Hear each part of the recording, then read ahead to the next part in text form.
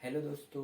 तो आज हम चालू करेंगे 50-50 की सीरीज, जिसमें हमने 50 एक्सपेरिमेंट और उनके 50 साइंटिस्ट, मतलब 50 साइंटिस्ट की 50 एक्सपेरिमेंट के बारे में जानेंगे। मतलब आज पहला वीडियो है, मतलब पहले एक साइंटिस्ट का एक एक्सपेरिमेंट जानेंगे, जिसमें पहले साइंटिस्ट हमने लिया है सीवी रमन, जिनका जो एक्सपेरिमेंट था वो था रमन प्रभाव, जिन्होंने खोज की थी। और इन्होंने खोज की थी 28 फरवरी 1928 को इन्होंने खोज की थी, और इनको नोबेल पुरस्कार मिला था 1930 में। क्या हुआ, इन्होंने खोज कैसे की? तो लोग कहते हैं कि जब ये ट्रेन से सफर कर रहे थे तो उन्होंने एक समुद्र देखा, मतलब एक तालाब देखा। तालाब में जो पानी था, वो पानी का कलर ब्लू क्यों दिखता है? उनके दिमाग में ऐसा क्वेश्चन उठा। उसके बाद उन्होंने घर पे गए और घर पे जाके एक्सपेरिमेंट्स किए और उन्होंने निकाला रमन प्रभाव। इस कारण वह ब्लू दिखता था, हम इस वीडियो में जानेंगे। और इनका पूरा एक्सपेरिमेंट इस वीडियो में जानेंगे। उससे पहले हम कुछ चीजें जान लेते हैं।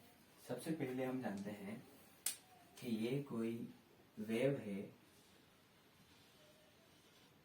तो ये होती है वेवलेंथ, जिसको लैम्डा से डिनोट करते हैं। और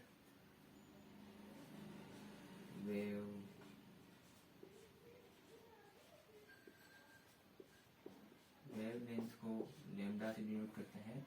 और इसका फॉर्मूला होता है v अपॉन f। f होती है फ्रीक्वेंसी और v होती है वेलोसिटी होती है। अब सेकेंड जो होती है, सेकेंड है म्यू, जो हमने यहाँ पे लिया है, ये वाला, उसको कहते हैं फ्रीक्वेंसी, जो यहाँ पे लिखे हुए QUENC, फ्रीक्वेंसी, जिसको F से डिनोट करते हैं। उसके फॉर्मूले होते हैं जैसे कि 1/T, और एक और होता है V/λ, और एक और है ω/2π। ये फॉर्मूला आपको जो वैल्यू दी होती है उसके अनुसार लगाना होता है। फ्रीक्वेंसी को हिंदी में कहते हैं आवृत्ति। ये कुछ बेसिक चीजें थी। अब हम अपना जो वीडियो है, जो मतलब मेन टॉपिक है, उसको शुरू करते हैं।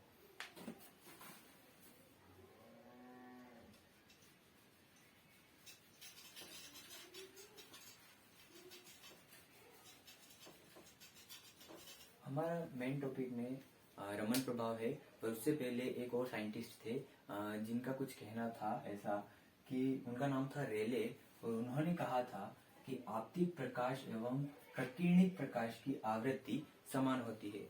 जैसे कि ये एक ऑब्जेक्ट है, कोई भी वस्तु है, और इसके जो अणु है, जैसे कि कोई एक सिंगल वेवलेंथ, जैसे कि यहाँ लिखा है मोनोक्रोमेटिक, मतलब एक जैसे कि लेजर लाइट, जिसमें एक ही कलर की लाइट हो, तो वो जब किसी अणु से टकराती है और जब निकलती है, तो उसकी जो वेवलेंथ होती है, उसकी जो फ्रीक्वेंसी होती है, वही फ्रीक्वेंसी की लाइट वापस निकलेगी। ये इन्होंने ने कहा था कि जब प्रकाश आता है तो उससे जो प्रकाश प्रकीर्णित होता है, तो उसकी तरंग दैर्ध्य व आवृत्ति सेम ही होती है।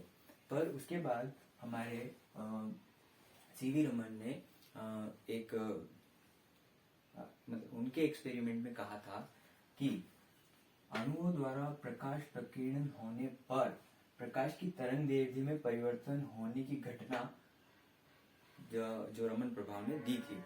तो इसमें क्या था कि जो 99% जो होती है मोनोक्रोमेटिक लाइट, वो सिंगल, जैसे कि ये जो इसकी जो फ्रीक्वेंसी थी और इसकी फ्रीक्वेंसी थी, वो दोनों सेम है, इसलिए इसको कहते हैं रिले प्रकाश।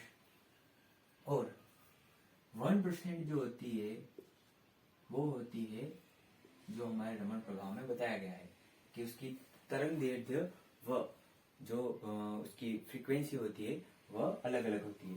जैसे कि हम यहाँ पर देखें कि एक मोनोक्रोमेटिक लाइट है जो किसी अणु से टकराती है, तो वो यहाँ पर जो वेवलेंथ थी, जो उसकी फ्रीक्वेंसी थी, उसी वेवलेंथ और फ्रीक्वेंसी की यहाँ पर लाइट निकली। इसको कहा, मतलब ये जो फ्रीक्वेंसी थी इस फ्रीक्वेंसी के बराबर है, इसको कहते हैं रिले प्रकाश। और 1% पे 99% ऐसे केसेस निकलते हैं, पर 1% ऐसा केस निकलता है कि कभी मोनोक्रोमेटिक लाइट आती है और जब वो निकलती है, या तो उसकी फ्रीक्वेंसी है वो ज्यादा हो जाती है या कम हो जाती है। अगर कम हो जाती है तो उसको स्टॉक लाइन कहते हैं, और अगर ज्यादा हो जाती है तो एंटी स्टॉक लाइन कहते हैं। अब ऐसा क्यों होता है?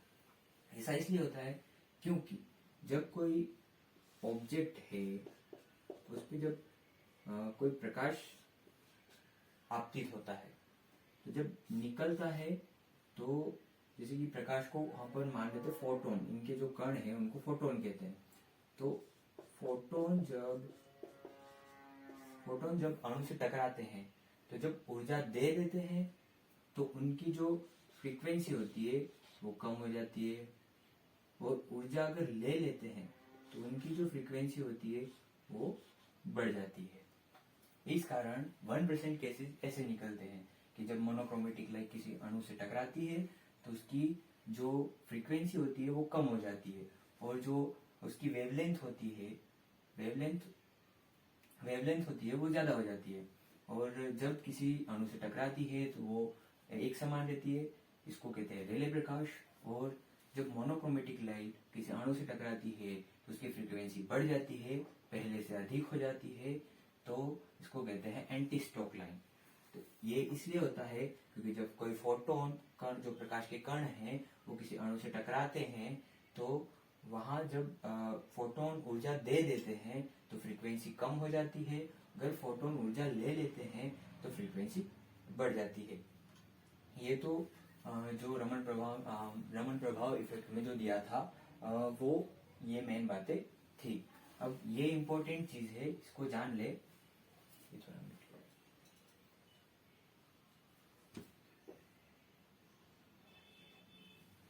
कि जब तरंग दैर्ध्य बढ़ जाता है तो फ्रीक्वेंसी कम हो जाती है, एनर्जी कम हो जाती है, और इसकी दूरी भी कम हो जाती है। और जब तरंग दैर्ध्य कम हो जाता है तो इसकी फ्रीक्वेंसी बढ़ जाती है, एनर्जी बढ़ जाती है, और इसकी दूरी भी बढ़ जाती है। इसकी फ्रीक्वेंसी ज्यादा होगी तो ये ज्यादा दूर तक ट्रैवल करेगा, अगर उसकी फ्रीक्वेंसी कम हुई तो वो कम दूर तक ही ट्रैवल करेगा। और इसके जो एग्जाम्पल हैं कि जब रमन इफेक्ट का, मतलब इस एक्सपेरिमेंट में जो अपन को बताया गया था, वो उसका उपयोग रियल लाइफ में कहाँ होता है, तो कुछ एग्जाम्पल हैं, 3 एग्जाम्पल यहाँ पे दिए हैं। एक तो पेट्रोलियम में, उनको पदार्थों को अलग करने में, और एक कॉस्मेटिक में कि अपनी स्किन पर वो कॉस्मेटिक जो पदार्थ होते हैं वो मतलब कॉस्मेटिक जो भी होते हैं वो अपनी स्किन पर किस प्रकार से इफेक्ट करते हैं वो जानने में ऐसा कुछ करते हैं।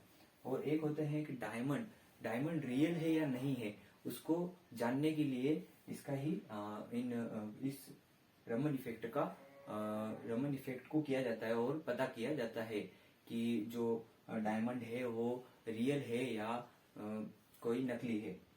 और इसका प्रयोग नासा ने मार्स मिशन के रिसर्च में भी प्रयोग किया था। तो thank you for watching this video. अगर आपको वीडियो अच्छा लगा हो तो लाइक कीजिए, शेयर कीजिए, और कमेंट में ये बताना मत भूलना कि ये वीडियो कैसी लगी। Thank you.